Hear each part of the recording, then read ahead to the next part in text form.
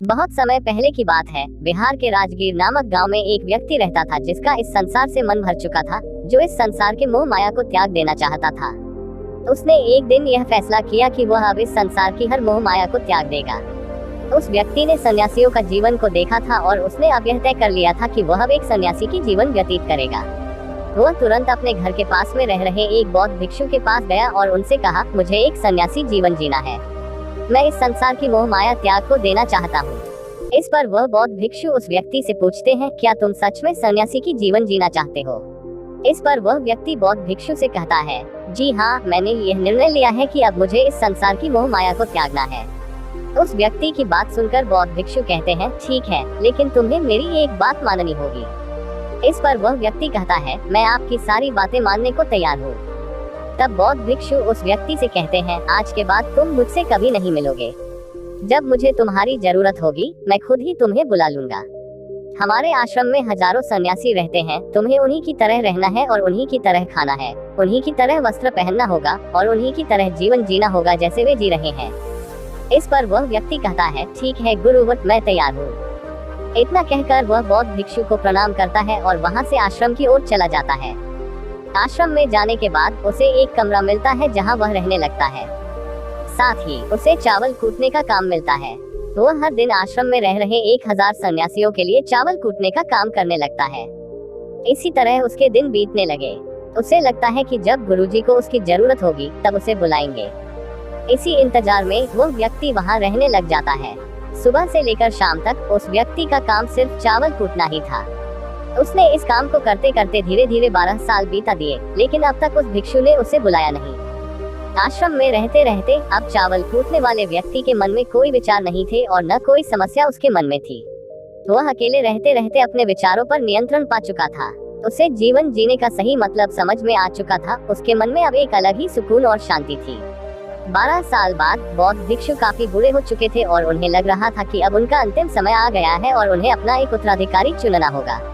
इसलिए उन्होंने पूरे आश्रम में घोषणा करवा दी, जो कोई भी उत्तराधिकारी बनना चाहता है वह देर रात मेरे कमरे के बाहर 4 पंक्तियां लिख कर जाएगा और उसे उन पंक्तियों में बताना होगा कि जीवन जीने का सही तरीका क्या है और इस जीवन को किस तरह से जीना चाहिए। इस जीवन का सत्य लिखना होगा, लेकिन एक बात याद रखनी है, उसे अपने अनुभवों के द्वारा लिखना होगा। किताब में कहीं सुनी हुई बातों को नहीं लिखना है या किसी से नकल करके भी नहीं लिखना है। जो भी यह बताने में सफल हो जाएगा वही मेरा उत्तराधिकारी होगा। आश्रम में जितने भी लोग रहते थे वे सब उस बौद्ध भिक्षु का आदर करते थे और उन्हें कोई भी धोखा नहीं देना चाहते थे। सभी भिक्षुओं की इच्छा थी कि वह उनका उत्तराधिकारी बने, लेकिन कोई भी इस काम को करने को तैयार नहीं था।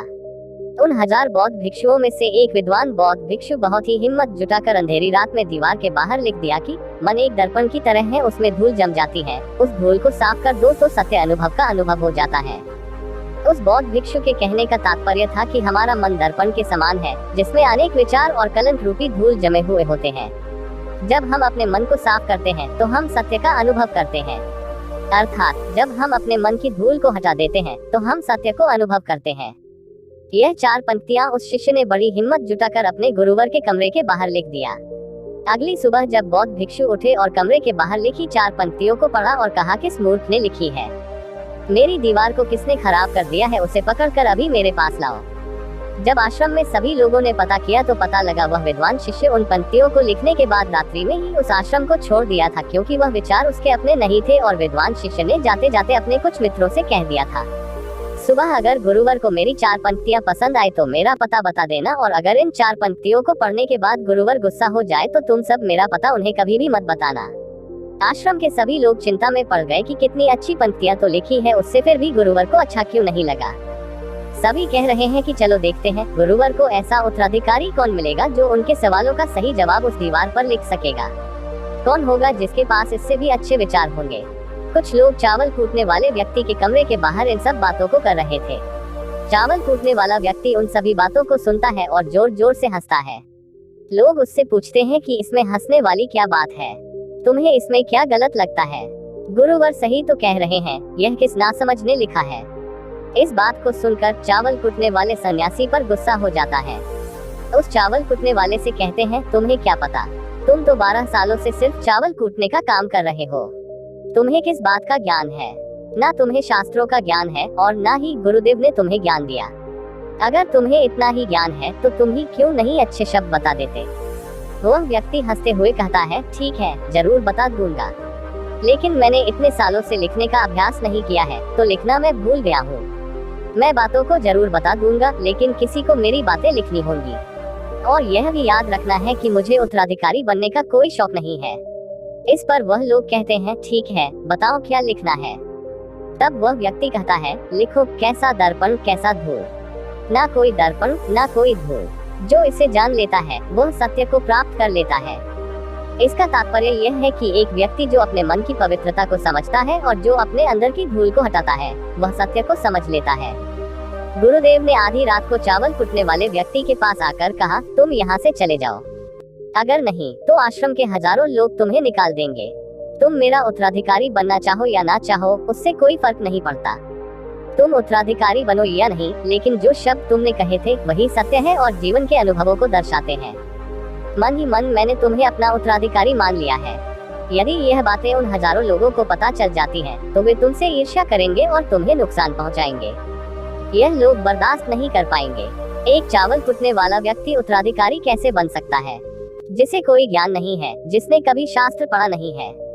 यहाँ पर शास्त्र पढ़ने वाले सभी लोग सिर पीटते रह जाएंगे।